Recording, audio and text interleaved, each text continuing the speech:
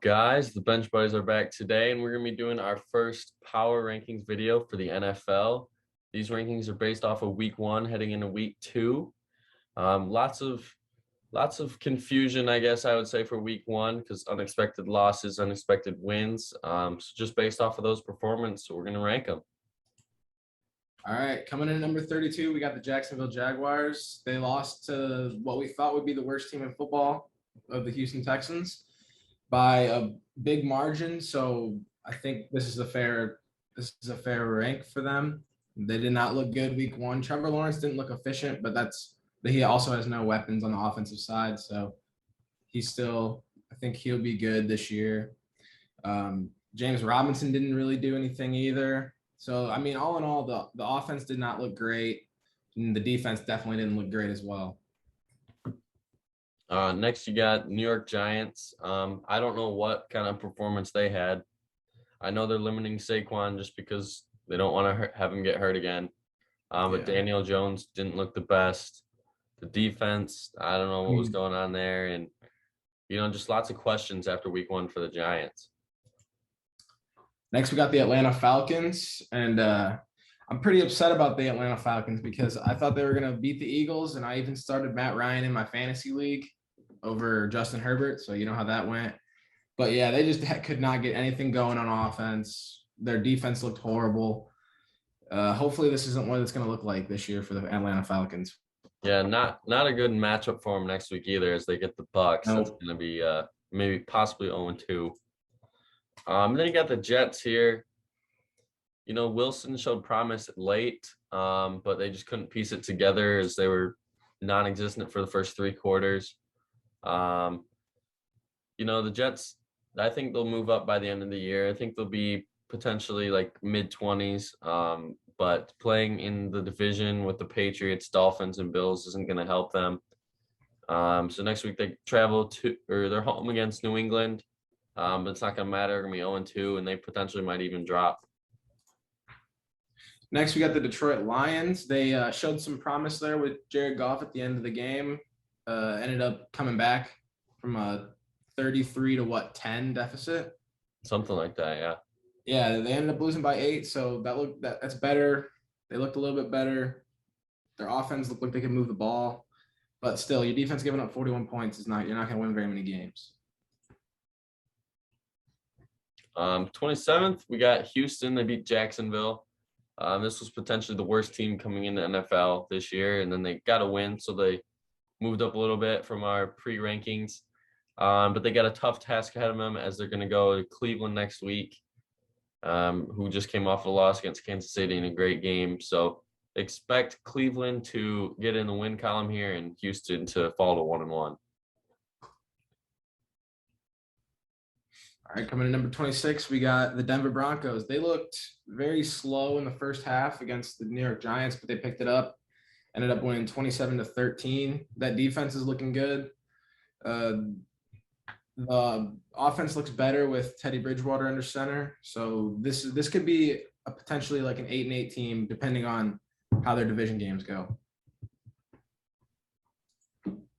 25th, you got Sam Darnold-led Panthers. Pretty slow game, slow start for the Panthers. CMC was pretty much the main highlight as he returned. But Darnold looked pretty decent. Not much to be said about this Panthers team. They get the Saints, who are red hot right now after that huge week 1 victory. And I think that'll be a tough task for them, but potentially could be a good game. We got the Chicago Bears. I know my Bears fans think that Justin Fields should be starting right now, but I think you got to give him a little bit more time to develop. Andy Dalton's still he's pretty productive. He's a pretty productive quarterback. Not saying he's a superstar or anything, but he can get the job done with Andy Dalton. And I think you got to let Justin Fields learn a little bit more before you let him go. 23. We're going to put the Vikings here. They came off a heartbreaking loss in overtime in Cincinnati. The whole team looked just how they normally are. Just Cousins looked good. Thielen went off. JJ had a slow game. They had a slow start, but they ended up picking it up a little bit. And then Cook obviously had a decent game, his average game. But unfortunately, they couldn't get the win here. And they're going to travel to Arizona next week, which is a really tough task, especially if Kyler Murray goes for 5 more touchdowns like he did last week. It's going to be tough for the Vikings in the first 2 games here, but, it's the NFL. You never know. Next, we got the Washington football team. They took a tough loss to the Chargers this week. They just got Justin Herbert, man. The defense looked really good. Only giving up 20 points to a top offense is a good sign. And I still think they're winning this division. They're just coming off that week 1 loss, so they're lower on the power rankings for now. 21st, we have the Colts. I don't really know what to say about this team. Wentz looked like his old self a few throws, and then it still looked like the same old Carson Wentz on other throws. So obviously it's a work in progress here as they want to get him back to his MVP form. But obviously he played Seattle, so that's not the best game to, get thrown right into it with a good defense out west. And now they have to go play the Rams, who looked really good against Chicago. So this will be a tough task here for Indianapolis as they're looking to avoid a quick 0-2 start. Next, we got the New England Patriots. If I'm being honest, I didn't really watch most of this game. So I saw Mac Jones did decent. He was pretty efficient. Only scoring 16 points isn't great, but their offense, he doesn't really have very many weapons either.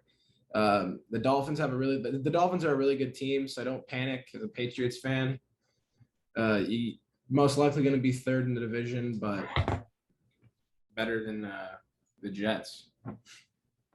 Yeah, so 19th, we got the Las Vegas Raiders. They came off a great win in overtime last night against Baltimore. Now they got to go into Pittsburgh. This should be a good game as both teams are 1-0. And, maybe the Raiders will pull off another upset. But expect that this could be a sleeper team after seeing week 1. Next, we got the Philadelphia Eagles. Their offense looked really explosive with Jalen Hurts. You were saying he could be an offensive player of the year type of caliber player. Mm-hmm. And that really looked good for you week 1 with a 32-6 victory over the Falcons, man. Still don't know how good they're going to be, but look good. All right, you're good. You get the Bengals. All right, at 17th, we have the Bengals. Last week, they got the overtime victory over Minnesota, as I was just saying. Burrow looked pretty good. Him and Chase connected for a deep, long ball. So Chase apparently can see the football now. And you have them going against the Bears. And I think the Bengals are going to be a quick 2-0. Bears kind of looked, I don't know, with Dalton at center. Fields should be starting soon, but not obviously right now. But this Bengals team, I'm surprised their defense held them only to 24 points, Minnesota, just due to all of the weapons they have. And, this AFC North, if the Bengals get off to a hot start here, it could be interesting down the stretch. Next, we got the Dallas Cowboys. They came off a tough loss to the Buccaneers. Might be the best. They're definitely the most explosive offense in that division, which gives them a very good shot to win that division. Dak looked great. CeeDee Lamb looked great. Amari Cooper looked great. That whole offense looked good. Just couldn't stop Tom Brady at the end of the game. You can't really say anything else about it. They left too much time on the clock for Tom. Too much time on the clock. That's it. And then 15th here, we got Tennessee. This is kind of like a surprise ranking, I would say, for us. More or less because they got blown out by Arizona. And the offense just looked non-existent. I guess it looked like they were lucky to get 13 points. Yeah. Their offense has limitations for sure. When they're playing behind, they do. Mm-hmm. Obviously the offense runs through Henry, but when you're down, you can't just use him. You can't run the ball every time. So that's why we're putting them here in the middle of the pack at 15th. I know it's only week 1. So they go into Seattle, which will be a tough game. So this could be 0-2 and not a good start for Tennessee. Next, we got the Miami Dolphins. Their defense looked really good against the New England Patriots. This could be a sleeper wild card team, like I was saying. Jalen Waddle caught a touchdown. Devontae Parker looked good. Tua looked a little bit better. So look for the Dolphins to make a playoff push maybe this year. 13th, we have Justin Herbert's LA Chargers. They got a nice win against Washington last week.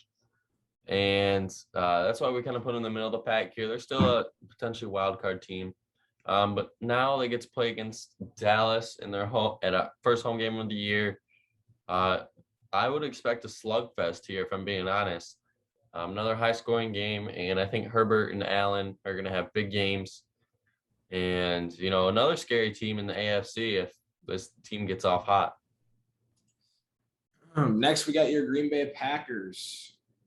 I don't think you want to talk about them, so I will talk about them. I don't need to talk about that. Aaron Rodgers did not look good at all. I saw a stat where if he would have just thrown the ball into the ground every play, he would have had a higher passer rating than he did end up in that game. So, yeah, I mean, can't say much.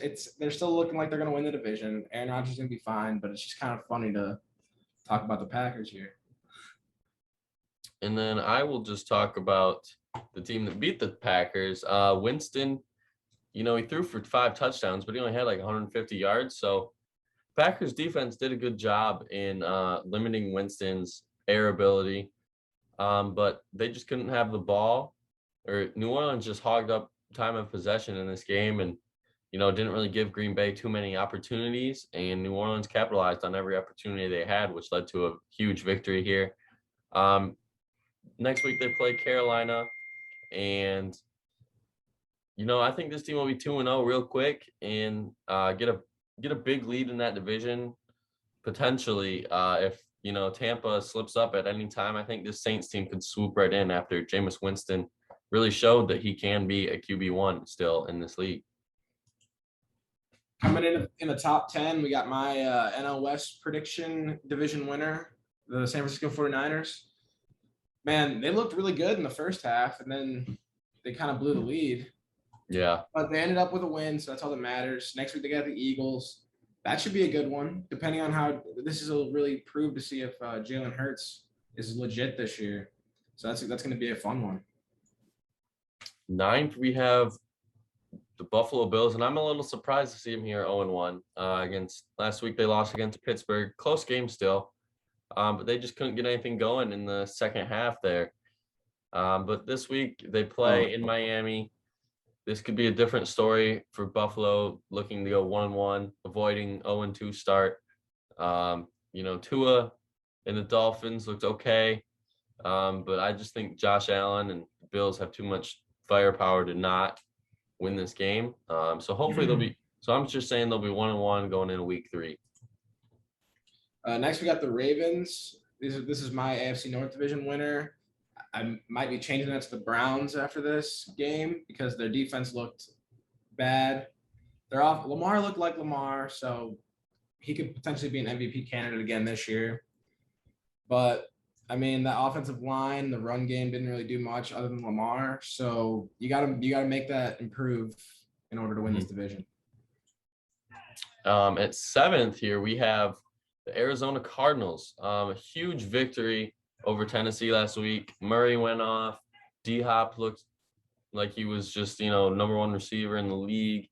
And then they got Rondale Moore, AJ Green. They have a lot of skill guys that's going to help this Arizona team around Kyler Murray and D-Hop. And obviously the defense and Chandler Jones, I mean, my goodness, 5 sacks. Like, that's crazy. So expect the Cardinals defense to be a lot better than they were last year. Next, we got the Seattle Seahawks. They came off of a really impressive win. Russell Wilson looked really efficient, beating the Colts. That's a good defense in Indianapolis, and they showed them up a little bit. Week 2, we're looking to. They got a home game against the Titans. I think they could win that too and start up this season 2-0. 5th, we have the Cleveland Browns coming off a heartbreaking loss to Kansas City as they blow it again to Kansas City for the 2nd straight game, essentially, because they played them in the playoffs last year. And, this Browns team, if they just need to get over the hump of beating the Chiefs, but they get a favorable matchup going into week 2 against Houston Texans. So they should get back on track here due to that easy game, I would say. And this Browns team could be a scary one coming around mid to end of the year. All right, let's talk about my Pittsburgh Steelers, baby. That defense looked great. Front seven's great. We already knew that, though. So the main problem with the Steelers is their offense and to move the ball, and they couldn't do it really for the most part. Ben made a couple of good throws, which I was surprised about. But the big thing in this game was that punt block for a touchdown.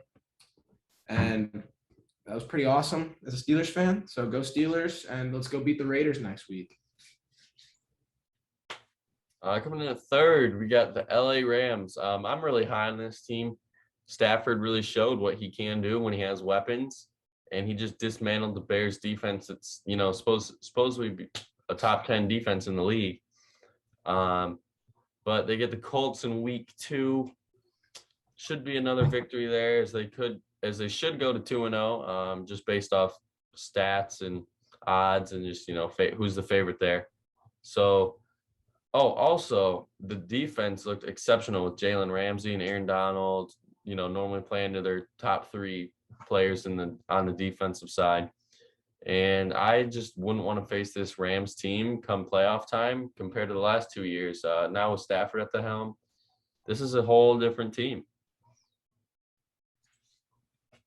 Next, we got the Kansas City Chiefs. Their offense is definitely the most explosive offense in the league. They just get a free 7 points one time a game. They get a free deep ball from Mahomes and Tyreek Hill. So you got to beat them by more than 7 if you're actually trying to beat them, because they get 7 free points, and Kelsey's great. That offense is awesome. And they really that game against the Browns was a very good game, very entertaining. That could be an AFC Championship game to watch later. And then number 1, of course, you got Tampa, the defending Super Bowl champions. Looked like, I guess Tampa in the first half was a little slow, but still obviously looked like Tampa Bay and it's Tom's world. And then in the second half, obviously scoring picked up on both sides of the ball. And, Dallas left too much time on the clock, as they should have squeaked away with a victory on opening night here. But unfortunately, you have Tom Brady on this team, and he came down, drove it down the field, set them up for a field goal, and they won. And there's nothing else to say about that. Everyone knew that was going to happen. As soon as the Cowboys scored, I was just like, all right, they got a minute something. Brady's going to lead a game-winning drive. It was pretty obvious. And week 2, they're home against the Falcons, and I expect a big win there. So this should be 2-0, and they should stay at number 1 here in our power rankings for next week. But Ethan, wrap it up. All right, guys. That's all for today's video. We're going to be doing predictions of all the week 2 games this week. We're excited for another week of football, more power rankings this weekend. But other than that, leave a like, comment, and subscribe if you're enjoying the videos. Until next time, though, Bench Buddies are out.